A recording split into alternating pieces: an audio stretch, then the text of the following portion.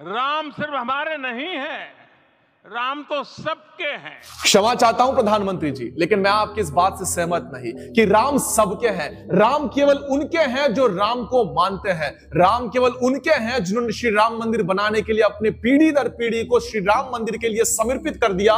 राम उनके हैं। राम केवल उनके हैं जो प्रभु श्री रामचंद्र जी के नाम मात्र सुन लेने से हाथ जोड़ लेते हैं और उन्हें भगवान के स्वरूप देखते हैं, क्योंकि राम हमारे लिए भगवान है। और जय श्री राम का नारा लगाना हमारे आराध्य दैवत का सबसे बड़ा त्योहार मनाने जैसा होता है। इसीलिए राम केवल उनके हैं जिन्हें राम के नाम में श्रद्धा नजर आती है, आस्था नजर आती है।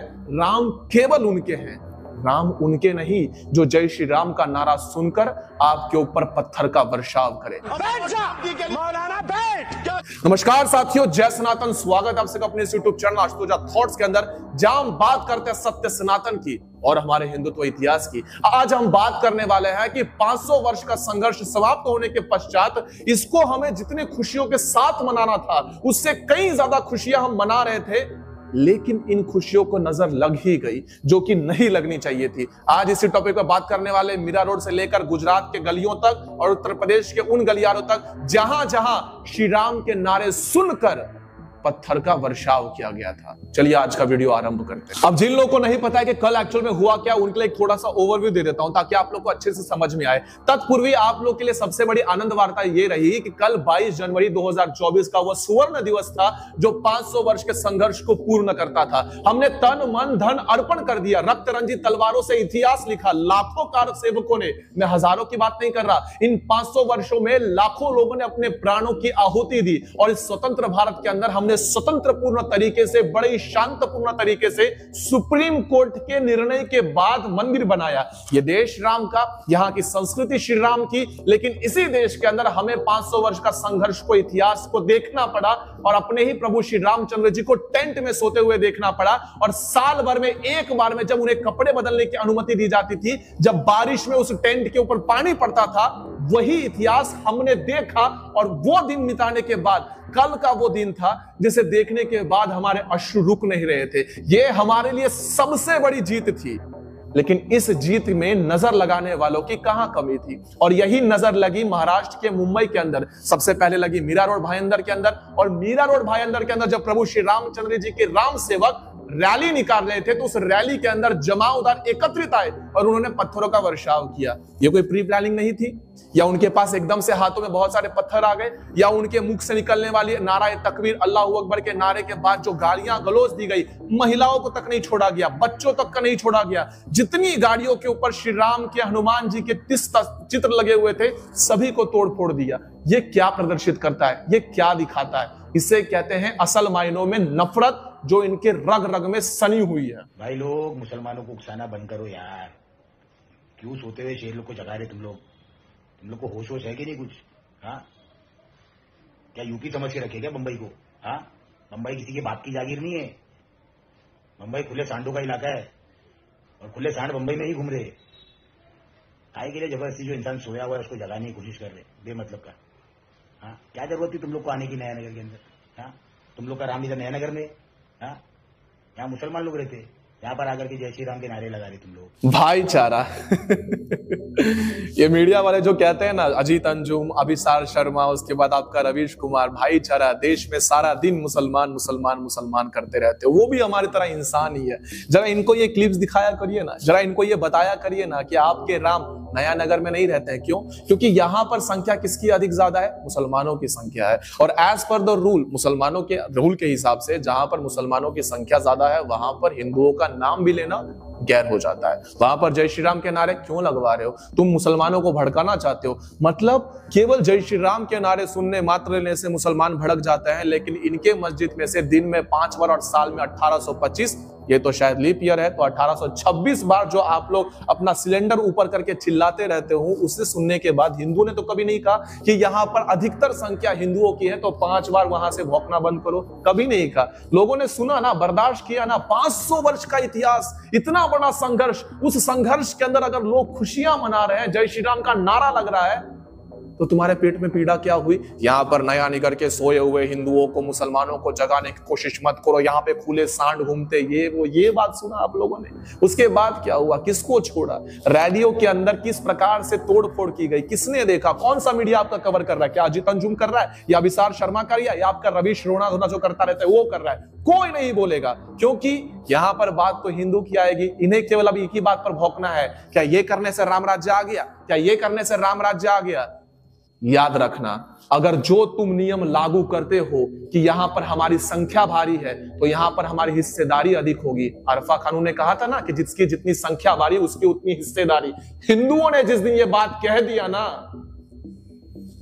जगह नहीं मिलेगा। मेहरबानी करके अभी कुछ पनवेल में भी कुछ हो गया है, मत कुछ ऐसा कीजिए जिससे कि माहौल खराब हो। हम जानते हैं शायद आपकी गलती भी ना हो, लेकिन उसके बाद भी आपको सजा मिल सकती है। गलती तुम्हारी नहीं होगी फिर भी तुम्हें सजा मिलेगी। ये कौन है पता है? अगर आप लोग भूल गए होंगे तो याद दिला दूं कि कार सेवकों के ऊपर जिसके बाप ने गोलियां चलवाई थी, यानी कि मुलायम सिंह यादव ने, तो उस मुलायम सिंह यादव का ये वफादार एक श्वान है जो महाराष्ट्र में जीत कर आता है। कैसे जीतता है मैं अच्छी तरह से समझ सकता हूं कि कहां से जीत कर आता है, क्योंकि कुछ ही दिनों पहले मैं मीरा रोड गया हुआ था। वहां पर जाके लगा कि मैं मीरा रोड नहीं, पाकिस्तान के किसी कराची में आकर बैठा हूं जहां पर हिंदू दिख ही नहीं रहा। जहां देखो केवल वही बुर्का पहने हुए वही लोग घूम रहे हैं, और उनकी जहां पर संख्या भारी है वहां पर जाने में सच में फटती है, क्योंकि पता है कि गलती से मेरी आइडेंटिटी रिवील हो गई तो मैं अपने घर सुरक्षित नहीं लौटूंगा, इतनी गारंटी अच्छे से मिल जाती है। और रही बात, अगर इसने ये कही है कि गलती तुम्हारी ना भी हो फिर भी तुम्हें सजा मिलेगी, तो गलती किसकी थी? जय श्री राम का नारा लगाने वाले उनकी गलती थी, पथराव करने वाले तुम्हारी गलती नहीं थी।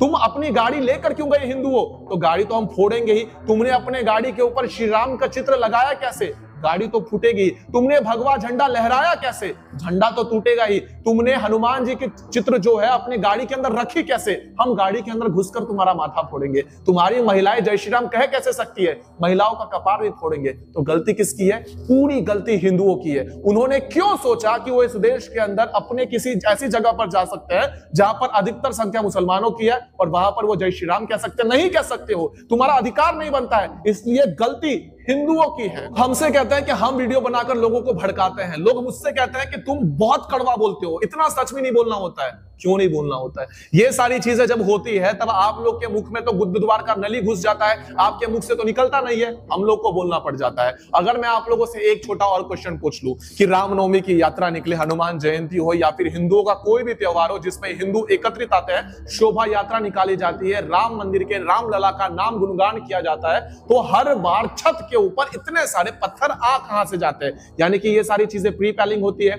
अभी आप लोग देखोगे कि गुजरात की इसी वीडियो को देखा था मैंने, वो वीडियो प्ले नहीं कर सकता हूं, आप चाहे तो ट्विटर के ऊपर मैंने रीट्वीट करा है, आप जाकर देख लो। छत के ऊपर से ये महिलाएं पत्थर फेंक रही है। Can you imagine? महिलाओं के हाथ में पत्थर है, बच्चों के हाथ में पत्थर, ये इनके ऊपर फेंक रहे। किन के ऊपर? जो प्रभु श्री रामचंद्र जी का गुणगान गा रहे हैं। अभी तुम लोगों से बर्दाश्त नहीं हो रहा है तो एक कड़वा सत्य सुन लो, ये देश राम का है और यह देश राम के नाम से ही चलेगा। तुम अपने कान में उंगली डालो, कान कटवा लो, मुंह कटवा लो, फर्क नहीं पड़ता, तुम्हें राम के नाम को सुनना पड़ेगा। जय श्री राम का नारा तुम्हारे कानों तक पहुंचेगा और उस गलियों तक पहुंचेगा जिस गली को तुम कहते हो कि यहां मुसलमान रहते हो, उस गली में भी घुसेंगे और जय श्री राम का नारा वहां पर भी लगेगा, क्योंकि ये देश तुम्हारे नहीं हमारे बाप का है। Simple as that. समझना है समझो, नहीं समझना है मत समझो, लेकिन यही त्रिवार सत्य है। भारतीय जनता पार्टी ने एक काम यही अच्छा किया है जो कि उसने हिंदुओं को एकत्रित किया है। उनके अंदर कुछ हिंदूवादी भावनाएं जो है वो भरी हैं। ये तो हिंदू तो बेकार हो गया था एक तरह से। बीजेपी का नाम नहीं होगा, बहुत अच्छा किया है।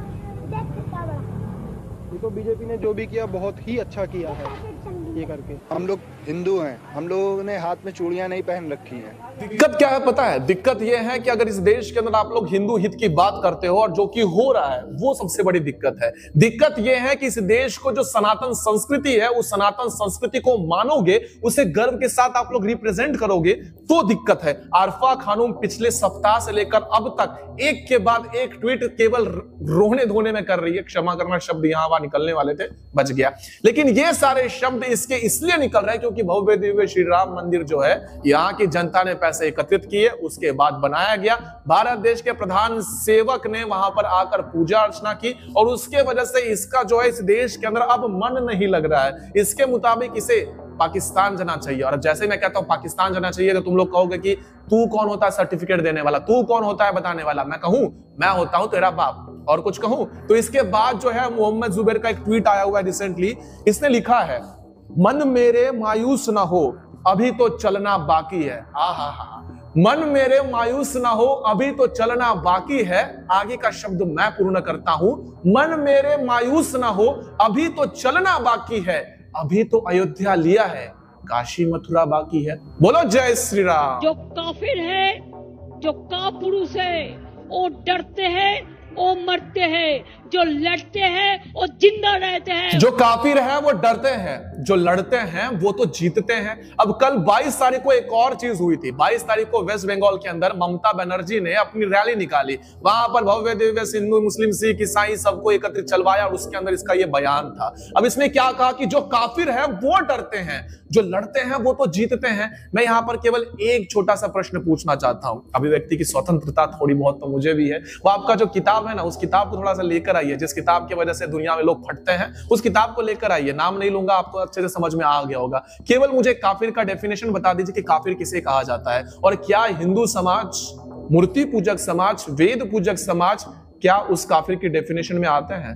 तो ये किसे कहा गया था काफिर? अगर आते हैं तो ठीक है, तो उसे थोड़ा सा एक्सप्लेन कर देना कमेंट में, हो सके कमेंट में। वैसे भी रिप्लाई देने का शौक ज्यादा चढ़ा हुआ है, आप लोग वीडियो बना रहे तो बनाओ। मैं तुमसे डर जाऊं उसके बाद मैं वीडियो ना बनाऊं, ये गलतफहमी के अंदर मत जीना। मुझे डर है केवल एक ही चीज का, कहीं मैं अपने प्रगति पथ से कहीं मुकर ना जाऊं, या मैं अपने धर्म के रास्ते पर जो चला हूं उससे कहीं मेरा पैर डगमगा ना जाए। बाकी मीरा रोड के अंदर क्या हुआ है, उसके बाद देवेंद्र फडणवीस जी क्या निर्णय लेते हैं, ये देखने का विषय है। लेकिन एक और बात अंकित कर देना चाहता हूं कि एक बार मीरा रोड के गलियों में या उन जगहों पर अवश्य जाए जहां पर इनकी संख्या अधिक है, जिनको चुल मची रहती है, कीड़ा कटा हुआ रहता है, उनको अच्छे से समझ में आ जाएगा कि आप कहां पर स्टैंड लेते हो, आपकी क्या सिंपल लैंग्वेज में औकात क्या है। अब मैंने जितने प्रेम से कहा है वो प्रेम की भाषा वहां पर अच्छे से समझ में आ जाएगा।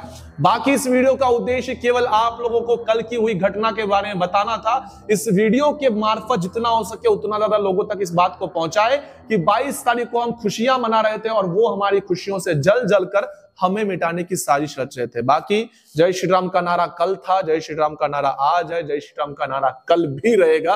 तुम चाहो ना चाहो तुम्हें सुनना पड़ेगा। जय श्री राम।